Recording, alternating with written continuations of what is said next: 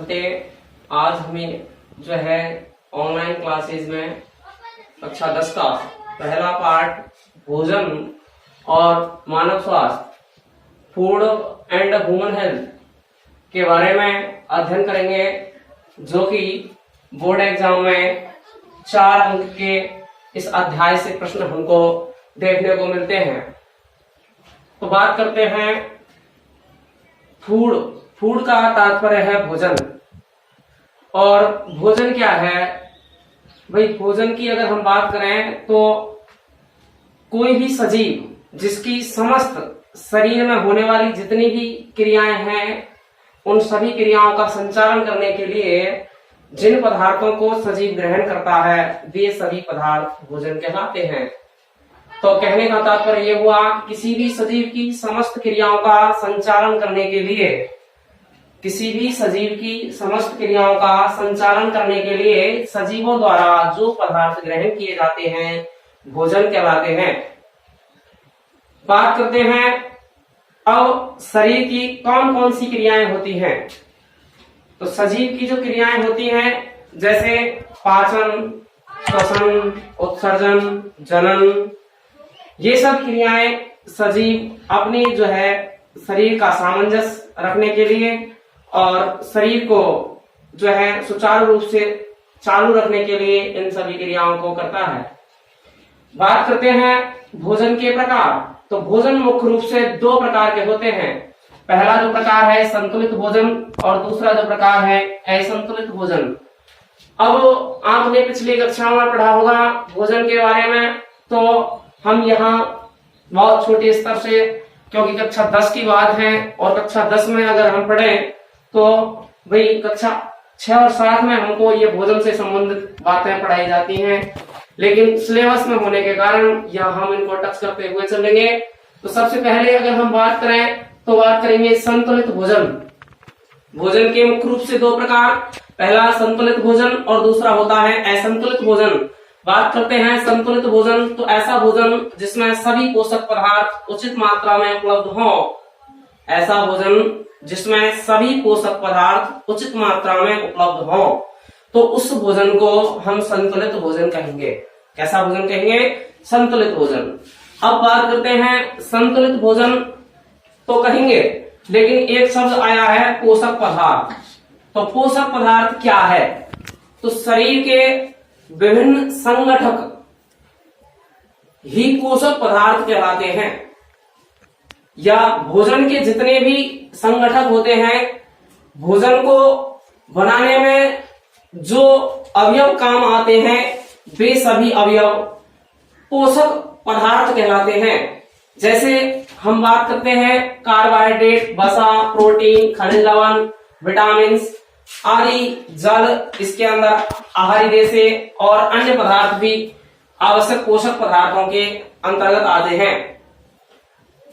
अब यहाँ इसको हम इतना ही पढ़ के, एक दूसरा इसका रूप होता है, उसको अपन कहते हैं असंतुलित भोजन। और असंतुलित भोजन की अगर मैं बात करूं तो असंतुलित भोजन वह भोजन होता है जिसमें आवश्यक पोषक पदार्थ उचित मात्रा में उपलब्ध नहीं हो। आवश्यक पोषक पदार्थ उचित मात्रा में उपलब्ध नहीं हो, तो ऐसे भोजन को असंतुलित भोजन कहते हैं। अब भाई हमने पहला पढ़ा संतुलित और दूसरा पढ़ा असंतुलित, लेकिन इस भोजन की भाई मैंने आपको बताया कि शरीर की जितनी भी, सजीव का कोई भी शरीर है, उस शरीर की जितनी भी क्रियाएं हैं, उन क्रियाओं का संचालन करने के लिए जिन भोज्य पदार्थों का उपयोग किया जाता है, उन भोज्य पदार्थों को अपन भोजन कहते हैं। इस भोजन के दौरान हमने आवश्यक पोषक पदार्थ कार्बोहाइड्रेट, वसा, प्रोटीन, खनिज लवण, विटामिन, जल, आहारी रेशे आदि पदार्थों को जो है सुना। इसके बाद हमने असंतुलित भोजन। तो असंतुलित भोजन ऐसा भोजन जिसमें आवश्यक पोषक पदार्थ उचित मात्रा में उपलब्ध नहीं हो, तो ऐसा भोजन असंतुलित भोजन कहलाता है। अब बात करते हैं इस संतुलित भोजन का क्या संबंध है हमारे शरीर से, और असंतुलित भोजन का क्या संबंध है हमारे शरीर से, क्योंकि टॉपिक का नाम है भोजन और मानव स्वास्थ्य। तो दोनों टॉपिक आपस में कंबाइंड हैं, जुड़े हुए हैं कि भोजन, सबसे पहले हमको भोजन पढ़ना है और भोजन तो शरीर की जितनी भी क्रियाएं हैं उन सभी क्रियाओं का संचालन करने के लिए काम आता है। फिर इसके बाद हम बात करेंगे ह्यूमन हेल्थ। ह्यूमन हेल्थ का तात्पर्य है मानव स्वास्थ्य। अब मानव स्वास्थ्य से पहले हम बात कर लेते हैं भाई संतुलित भोजन का क्या संबंध है और असंतुलित भोजन का क्या संबंध है। अगर संतुलित भोजन का उपयोग किया जाए तो संतुलित भोजन जो होगा वो शरीर पर क्या प्रभाव डालेगा और असंतुलित भोजन जो होगा शरीर पर क्या प्रभाव डालेगा। तो सीधे शब्दों में अगर हम बात करें तो बात करते हैं संतुलित भोजन। कैसा भोजन? संतुलित भोजन। और संतुलित भोजन जो होता है इसको करने से अगर इसको अगर शरीर के अंदर ग्रहण किया जाए तो हमारा जो शरीर है वो पूर्णतः पोषित हो जाता है। पूर्णतः पोषित से तात्पर्य है पूर्णतः स्वस्थ हो जाता है। और पूर्णतः स्वस्थ का मतलब है पूरी तरह हमारे शरीर में किसी भी पोषक पदार्थ की कोई भी कमी नहीं है। इसका मतलब ये हुआ। संतुलित भोजन अगर हमने ग्रहण किया तो संतुलित भोजन ग्रहण करने से तात्पर्य ये हुआ कि भाई संतुलित भोजन की अगर बात की जाए और संतुलित भोजन अगर शरीर में ग्रहण किया जाए तो शरीर के अंदर किसी भी पोषक पदार्थ की कोई भी कमी नहीं रहती है। जैसे आगे हम बात करेंगे एक शब्द आएगा कुपोषण, जिसे अपन इंग्लिश बोले तो मेल न्यूट्रिशन। अब उस कुपोषण से पहले तो इस संतुलित भोजन को अगर हमने ग्रहण किया तो हमारा शरीर पूर्णतः स्वस्थ है। कैसा है? पूर्णतः स्वस्थ। या फिर हमारे शरीर में जो पोषक पदार्थ हैं वो पूर्णतः प्रचुर हैं। अब बात करते हैं असंतुलित भोजन की। भाई संतुलित भोजन अगर हमने किया तो हमें कोई दिक्कत नहीं है कहीं भी। अब संतुलित भोजन कैसा होता है? तो संतुलित भोजन आपको मैंने पहले बताया कि ऐसा भोजन जिसमें कार्बोहाइड्रेट, वसा, प्रोटीन, जल, खनिज लवण, विटामिन, आहारी जैसे आदि प्रचुर मात्रा में अगर उपलब्ध हो तो ऐसा भोजन जो होगा वो संतुलित भोजन होगा। अब बात करें असंतुलित भोजन, तो मैंने आपको बताया था असंतुलित भोजन वह भोजन है जिसके दौरान आवश्यक पोषक पदार्थों की जो है प्रचुर मात्रा नहीं होती है, तो ऐसा भोजन असंतुलित भोजन होता है। और बात की जाए असंतुलित भोजन, तो असंतुलित भोजन के करने से हमारा शरीर कुपोषित हो जाता है।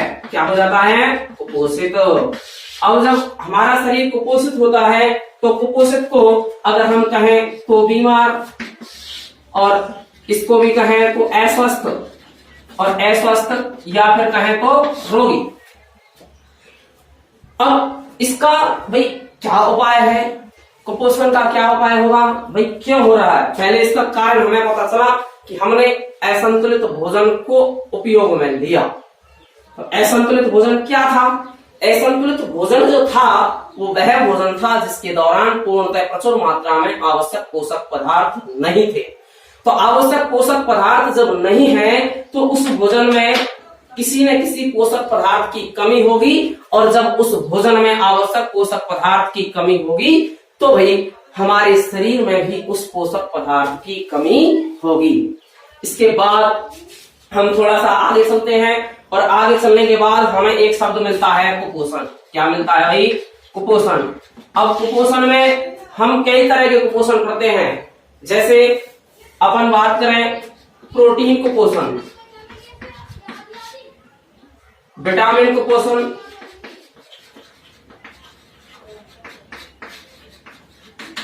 और प्रोटीन कुपोषण, विटामिन कुपोषण, इसके बाद खनिज लवण कुपोषण।